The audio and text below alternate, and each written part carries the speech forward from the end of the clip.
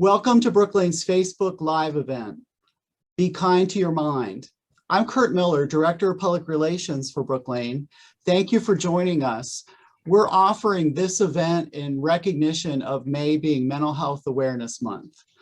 One of my favorite quotes is, "There is no health without mental health." Our mental health or brain health is very intertwined with our physical health.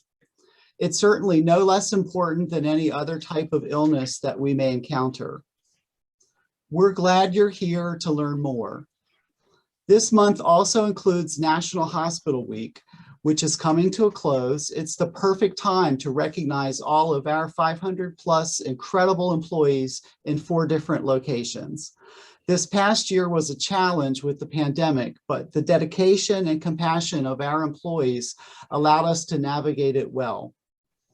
Every employee has a role in providing hope, healing, and recovery to all of the people that we serve. We're very grateful for all that you do. Our program today is Be Kind to Your Mind. It's presented by Susan Corley. Susan is a licensed clinical social worker, certified in behavioral health, providing outpatient therapy at Brooklane's North Village location. She received her master's degree in social work from the University of Pittsburgh. Susan has worked at Brooklane for almost 21 years. She sees patients of all ages with all types of mental health issues. I've had the pleasure of collaborating with Susan many times for presenting programs to the community, and I'm very grateful for her being with us today. Susan, thank you for sharing with us. You're welcome. Good afternoon, everyone, and welcome to our lunch hour together. The first thing that I would like to do is, for everyone that's with me, I want to just take a minute and we're going to breathe together. Because if we're going to talk about how to take care of our mind and how to take care of our mental health, we're going to learn how to breathe and how to relax. So we're going to do 3 breaths at the count of 3 in. We're going to hold for 3, and then we're going to fully exhale each one of those breaths. When we get done doing that, I'm going to have you go ahead and kind of do a little stretching where you're sitting or if you're standing, and just kind of get relaxed as we go into this 45 minutes of time together. All right, so I want everybody to breathe with me. Close your eyes. You can keep them open, whatever you're comfortable with. Get comfortable where you're seated. Just take a second to get comfortable. All right, now here's what I want you to do.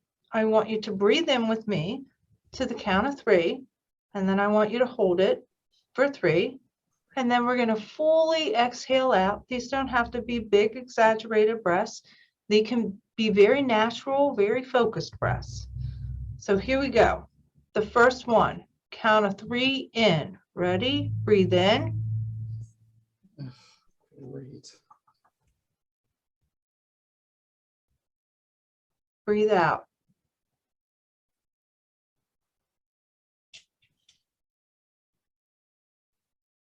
Next one. Breathe in.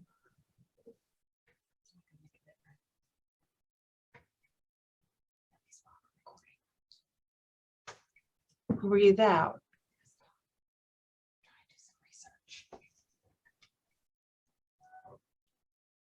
Last one. Breathe in.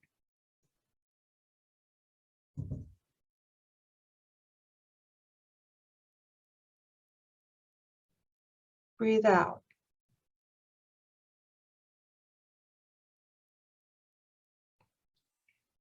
Okay, now what I want you to do is just kind of roll your shoulders, roll your neck a little. Just try to relax your body a little bit as we get ready to talk about how to be kind to your mind. The reason I had you do this is that if you could practice this 10 breaths every day, a little bit of just easy stretching to release some of the tension in your body, you would find that overall you feel more relaxed and you feel more at peace. I teach these kind of things to my clients every day, and they're an important part of why we're kind to our mind. during this time that we're together, I just want you to understand this time in our world that we're living in right now is some of the most stressful that we've been through in a very, very long time. Many generations have not faced a pandemic like we're facing right now. Some of our older folks have been through some things. They've been through smallpox, they've been through polio, they've been through different things, and they know what it's like. Most of us don't, though. My generation didn't grow up with this. The generation right before me didn't, and many after me haven't. So we're faced with trying to figure it all out, trying to adapt to something we've never experienced before, trying to figure out how to get through it. And with it being Mental Health Month, what a better time to talk about how to take care of yourself, how to take care of your mind, because it's one of the most valuable things you have is your mind. It's what gets you through every day. So we can talk about the fact that with our mind, think about your daily life. We have thousands and thousands of thoughts go through our heads every day. Some of them we're very aware of, and some of them we are not. Some of them are just automatic and they pop right in there. Some of them are things that we think intentionally, like, okay, I'm up. What do I got to do today? What's the list of things I need to do? If you have kids, where do the kids need to be? Do I have any appointments? Do I need to go grocery shopping? What kind of activities do I need to get into? Is there something stressful going on in my life that I've got to deal with? Those are the intentional kind of things that we deal with thought-wise on a daily basis. The automatic thoughts are the things that, we may be washing the dishes, or we may be driving in our car, and all of a sudden this thought pops in our head, and it could be, oh, you've got to go to the grocery store, or, oh, you've got a bad appointment today. Now you've got to call and make another appointment. Or, oh, tomorrow's so-and-so's birthday. I need to make sure that I call them and say happy birthday to them, or text them, or make sure that they know I'm thinking about them. Some of those automatic thoughts, some of those intentional thoughts are really good. They're nice, they're kind. Some thoughts we have are just neutral. They don't create any typical emotion outside of it's a regular routine thing that we do. Other times, those thoughts are really negative. And if you think about the difference in how our mind and our body work together in response to the different thoughts that we have, you'll see that it's probably those negative thoughts that we need to take the most action on and to deal with the most. So here's the thing. Think about it. If you wake up on a day like today and you get up and you look outside and you're like, oh, amazing. The sun is shining. It's going to be a nice day. I'm feeling good. Let's get some things done today. And you kind of are active and proactive, and you get into what you're doing, and your mood is good, and your thinking kind of goes with it, and you're doing great. You notice your body feels more relaxed. Your overall mood is better. The way that you generally think about your day is going to be much, much better. And the way that you take on things and the way that you handle things is going to be much different than if you have something stressful happen, or if you wake up and you go, oh, I have like 8 million things today and I have no idea how I'm going to get them done.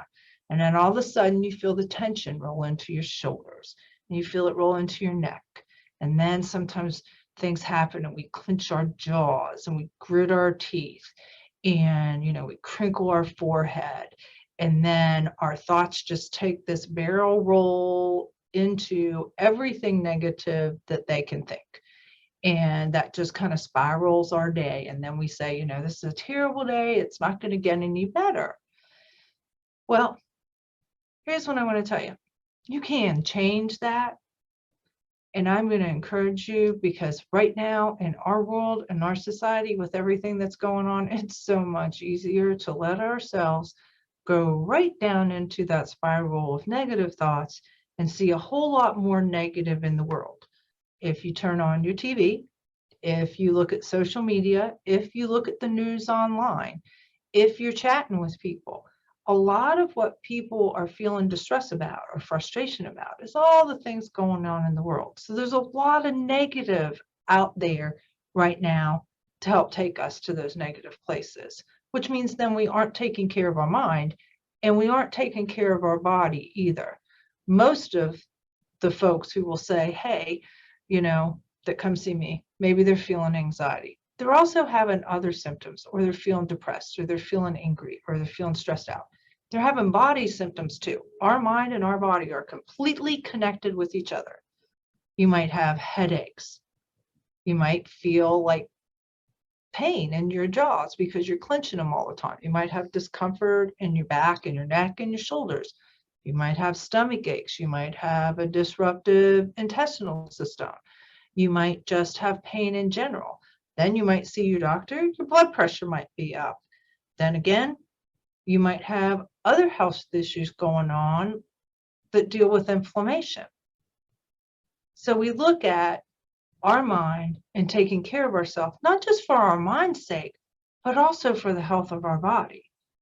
If you look at the last year and how some people, not all people, have dealt with their stress, they've been home.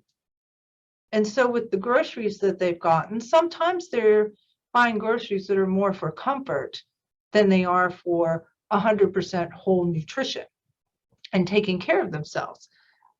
So we're finding that people are, maybe gaining weight or dissatisfied with the things that they're eating, or maybe they're now developing health issues because the meals that they're eating and the stuff that they're getting in their food is not as nutritious. So that also has to do with mindset and taking care of our body. So let's look at, I want you to be able to take care of your mind, and I want you to then again be able to take care of your body. Think about all of the times in which you get into negative thinking and you feel it. You feel it in your body, you feel it in your gut, and then your mood is just terrible for the rest of the day. You can turn that around. It's really, really hard. You have to catch yourself with the thoughts that are going through your head. And that's very difficult for most people, but you can learn to do it. And if you try, you might find that you have a little bit more positive in your life, or that you figure out how to turn some things around. When you're having some of those negative thoughts, what you need to do is be able to catch them when they're happening. And then you have to look at what kind of thought it might be. And this is what I can suggest to you. If you're interested in finding out what kind of negative thoughts we have, because there's several different kind of negative thoughts, they fall under what's called cognitive distortions. And those distortions basically mean it's faulty thinking that we have. It's our thoughts lying to us or sending a message to us that's not helpful and not beneficial. So here's what you can do. Here's some of them. Think about things that you think about that are in black and white thinking. It's either all or nothing, black or white. It's one way or the other. There's no gray area in between. It's either going to be this way or that way. That's all or nothing, black or white kind of thinking. A lot of people do that. A lot of people do woulda, shoulda, coulda thinking, which tends to get us into the negative loop. Other people will overgeneralize or personalize, or they will catastrophize. Think about the times that you've catastrophized what you're thinking and how it just leaves you feeling much more emotional, maybe anxious, maybe reacting to the situation. Catastrophizing are those thoughts when we take them and we take them to the worst negative place that they can go. It's the worst possible scenario of what could happen, and it's disastrous. People have those. We all, everyone, has those thoughts at different times. It's what we do with them. And it's if we allow ourselves to go into a negative continuous loop with them, that can then be a problem. That can lead to anxiety and depression. It can lead to health issues. It can lead to body tension, heart issues, blood pressure, stomach issues, all of that. So let's think about how we challenge our thoughts. So when you have a negative thought come in your head and you catch it, what you have to say to yourself is this true? Is this really true? What are the facts that I have that this thought is really true? What's the chance that what I'm thinking right now is just me allowing the negative thought to take over? If you can catch yourself and go, well, that's probably not true. It's probably just my reaction to this. I don't have any evidence to support that. Then you have to say to yourself, what evidence do I have to not support it? What can I say to myself? Challenge the thought and say, no, it's not really like that. It's like this. Try to make it more positive. Try to put a positive spin on it to take it away from the negative. The more that you can get to thinking positively, the more that you can think more neutrally, the easier things will get. And that takes care of your mind. If we spend so much time in negative thinking, we're going to have lots of problems with our body. And then we're going to have things like anxiety and depression. And those things bother us all. And I would certainly say, if you feel like you're having an anxiety and depression, then you need to make sure that you call a mental health professional or that you call an agency that provides that and have somebody who can help you figure out how to get through those thoughts and come up with some additional coping skills to help you learn how to deal with those things. In general, right now, you know this to be true, we're all kind of living in high alert, which means that our brains and our bodies are just exhausted. So let's talk about some ways to take care of yourself. You're going to be like, okay, here she goes. We've heard these things a million times. We hear them from our doctors. We hear them on the news. We hear them from a therapist. If we actually go see a therapist, we hear them from our friends. We hear them from just the general society in a whole. Part of what we know is that we have things that help us to deal with our everyday life and help us take care of our mind and help us take care of our body. What's something the doctor would tell us? You need to eat well. And the doctor would say, that means you need to at least create balance with what you eat. Maybe eat the not so healthy carbs and sweets in moderation. They tell you to make sure you're getting an appropriate amount of protein, that you're eating lots of leafy greens, lots of veggies, lots of good fruits to take care of the nutrients that you need to get. Because that's one of the things that I work with clients on, especially if there's anxiety and depression, is to understand, are you creating more inflammation with some of the food that you eat? Are you eating things that trigger your serotonin or your dopamine in your system in a certain way? Because serotonin and dopamine are both chemicals that we see with anxiety and depression in our body. And we have a lot of those in our gut. So think about the food that we eat and how that interacts with it all. So if we want to take care of our mind and our body, we need to make sure that we're getting enough really good, healthy nutrition. So that's one of the things that people would tell you. So here's another thing the doctor would tell you. You need to make sure that you're getting exercise. So I'm going to say I use a movie sometimes to talk about how things work with exercise. If you're familiar with the movie that Reese Witherspoon is in, Legally Blonde, she makes this grand gesture in court as she's explaining about the client, and she talks about exercise creates endorphins, and endorphins create happy people, and happy people don't harm other people. And she's making a case for this young woman who is a health instructor who they believe has murdered her significant other. And she does a great job with that. It's talking about, hey, if you're exercising is going to do a whole lot for your system. One, it's going to work on building your lungs and getting that oxygen that we were just taking care of when we were breathing back at the beginning and giving you something else to go with. It's going to get your body to activate the muscles. It's going to get your body to activate its systems and get all of the chemicals pumping. So then you're creating endorphins. You might feel more relaxed. You might feel more content. You might feel more stress relief once you've done some exercise. And not all exercise is right for all people. Think about yourself personally. What kind of exercise would help create peace in your mind? For some people, it's yoga. For some people, it's Tai Chi. For some people, it's running. For some people, it's just stretching. Stretching. For some people, it's weightlifting. For some people, it's high intense cardio. For some people, it's swimming, canoeing, hiking.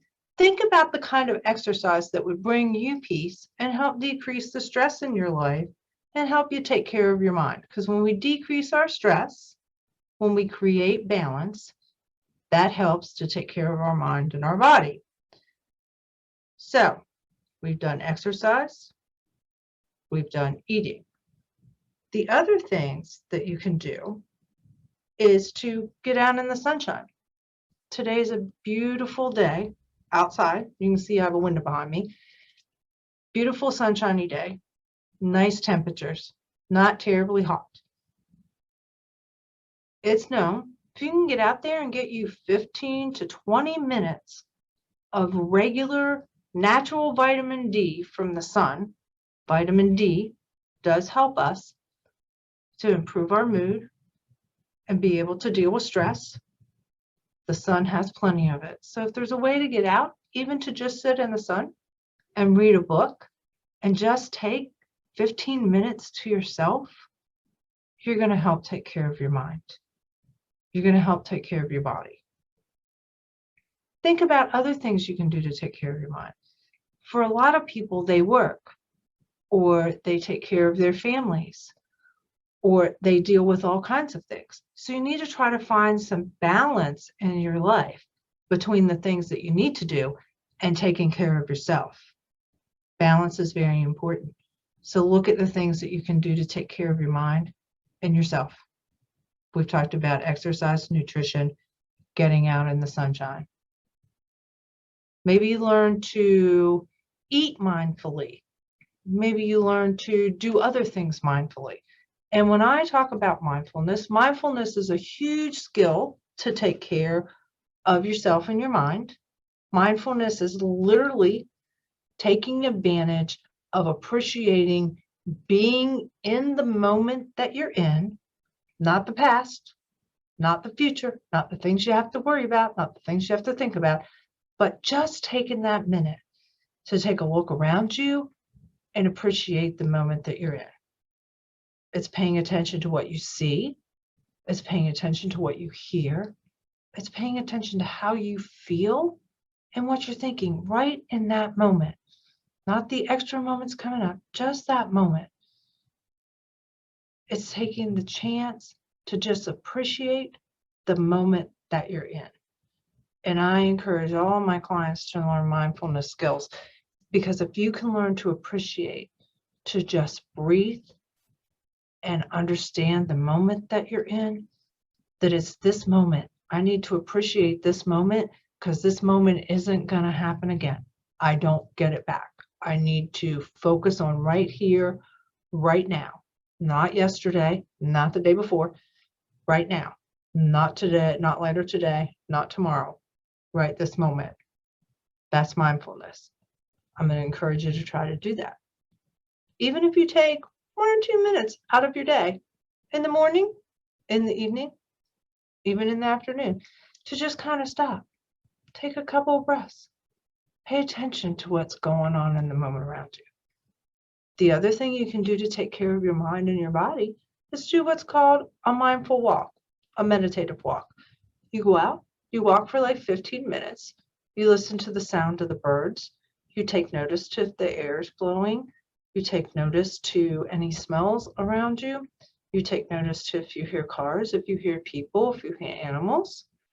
You just take a time to pay attention to what's around you, breathing and enjoying your surroundings.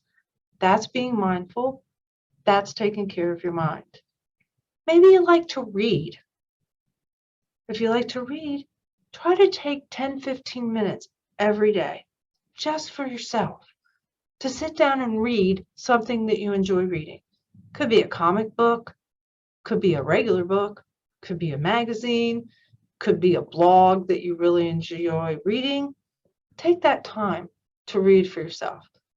If you're someone who's very spiritual, take time to do some meditation with a Bible. Take time to do some devotional reading. Take that time to give back to yourself and to your mind to take care of yourself. If you're somebody that enjoys watching movies, take the time out of your week to watch a movie, something that you would really enjoy. Take time out to watch your favorite show. Take time for you, because your mind is yours. And right now, we need to take care of ourselves. The other thing is, maybe taking care of your mind means you get out and help somebody else. Maybe you go volunteer, because we know that giving of our time to other people, helping somebody else, actually helps us feel better, actually helps us think more positively, appreciate what's around us in the world. Trying to stay positive, just in general. A lot of my clients, when we're trying to look at how to stay positive, how to create positive thinking, one of the things that I will ask them to do is to create 2 points in their day, any point in their day. Most of the time it's morning, most of the time it's night, is to come up with 5 things that they're grateful for. It can be anything. It can be, I woke up this morning and my eyes are open. Today's my day off and I plan to do nothing but have fun. I am getting, for kids, it's school is soon going to be done for the summer, and I'm going to be glad that this pandemic year, with whatever it looked like for them, be it virtual, be it in person, be it hybrid model, whatever it looked like, there's a lot of them going to be happy that school's going to be done. Number 4 might be, hey, my health is getting better, or I saw the doctor the other day and all my blood work's good and everything's good, or it's improved from the last time I had my blood work done. That's things to be grateful for. Grateful for, kids will say to me, I have a house, my parents have jobs, or they have the ability to take care of us, or I don't have to worry about things all the time. Be grateful for anything. It could just be that the sun's shining today and it's not raining, or that you saw flowers blooming outside. Find things to be grateful for. Gratefulness creates joy. Joy brings happiness. It's not the other way around. We search for happiness. We search for joy. Gratitude, being grateful, having an attitude of gratitude makes us grateful. And then we can have more joy in our lives. Getting enough sleep. How many times have you had your doctor, anybody around you, tell you if you get enough sleep at night, quality sleep, that's going to help your mind? Because just think of how you feel when you don't get enough sleep at night. Most of us, you're going to be grouchy, you're going to feel tired, you're going to feel lethargic, it's going to be hard to concentrate, it's going to be hard to get things done. Whereas think about when you get a really good night's sleep. You have energy, you can focus better, your mood is probably better. So getting sleep is really important to our mind and to our body as a whole. It's harder for some people when they feel depressed or anxious, but working on a good sleep hygiene routine will help your mind and your body. And a sleep hygiene routine is all those things that you do before you go to bed. Do you take a shower? Do you read a book? What time do you turn off your electronics? What time do you stop looking at social media? What time do you lay down and try to unwind for the night? Do you listen to a meditation? Do you listen to music? What do you do to try to go to sleep? Any of those activities that you can do in a regular routine, including getting to bed around the same time every night, getting up within the same hour every morning, even on the weekends, helps you get into a really good sleep hygiene routine, and it takes care of you all around. trying to find things that you enjoy doing, things that bring you joy, things that bring you satisfaction. For some people, it's playing with their kids. For some people, it's having just some moments alone to do nothing but sit and do nothing. For some people, it's, taking a drive in the country. For some people, it's going to the beach and sticking their toes in the sand. Try to find some things that you can do, that you can schedule time for, that bring you joy and satisfaction. Connect with others. Think about the people in your life that you care about. Think about the ways that the pandemic has allowed us to connect with other people. For example, today we're doing a Facebook Live. I'm connecting with you to talk to you about how to take care of your mind. Part of taking care of your mind is connecting with the people that mean something to you. Think about how a lot of the school kids during the last year were maybe not able to connect with many people. Think about the people, if you stayed home, if you took care of yourself, if you took care of the community, that we did everything we could. And in that stress, it meant we weren't as connected with people. Or maybe you figured it out and you started having Zoom family meetings or meeting with your friends on Zoom. Or maybe you belong to something at your church where all of you got together and did Zoom meetings together, and it just built that you still had connections. Try to find ways to connect with the people who mean something to you. I even suggest to my young people, write a letter to somebody who's a friend or family that's far away. Send it to them in the postal service, snail mail. Send it to them that way. Make it meaningful. It will benefit you in your mind, and it will benefit them too, because you will brought them a sense of joy that they get something they don't normally get any longer. Send them an email, send them a text message, jump on FaceTime, jump on Zoom, Skype, whatever you like to do. Stay connected with the people in your life. Go for coffee with somebody. Right now, the world's still social distancing a great deal. Just make sure you practice safe distancing. Make sure you take care of yourself and the people around you. But stay connected, because that benefits your mental health and your mind. Because what we've found in the last year, people need other people, and people need connections for their minds to stay healthy and for their minds to stay positive. Let's look at, maybe you focus on the basics of your day. You focus on, I need to get up at a regular time. I need to eat well for myself.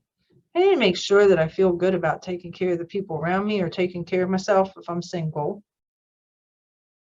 Focus on the positives in your work life, your friend life, your family life, any area of your life that brings you any sense of positivity that will help your mind all around. Try to take time to really, really relax. Most of us don't do that. Our lives are so busy. That's the one thing that I've seen people reevaluating in their lives in the last year plus, is that people have had to figure out how to slow down. Maybe they play games with each other, because a lot of families did that for a while. Maybe it's learning to go out together. Maybe you learn to do something new you've never done before. Find a new hobby. Will take care of your mind. If you've wanted to learn to cook, learn to cook. If you want to learn photography, learn photography. Any of those things are beneficial to you and can be really, really helpful. I think that just learning to take care of your mind is such a valuable, valuable thing, because it's with you for the rest of your life. And you can see when things get down, learning how to tackle the hard problems in your life. That's a big one, because that can weigh on your mind and cause anxiety and stress, and then you can't sleep. So then you learn to tackle the problem so it doesn't affect you all around. Ask for help. Learn how to communicate with people in a better way, a more efficient way, so that you feel less stress about a lot of things in your life. Have you ever thought about maybe you're, okay, Kurt's with me. Go ahead, Kurt.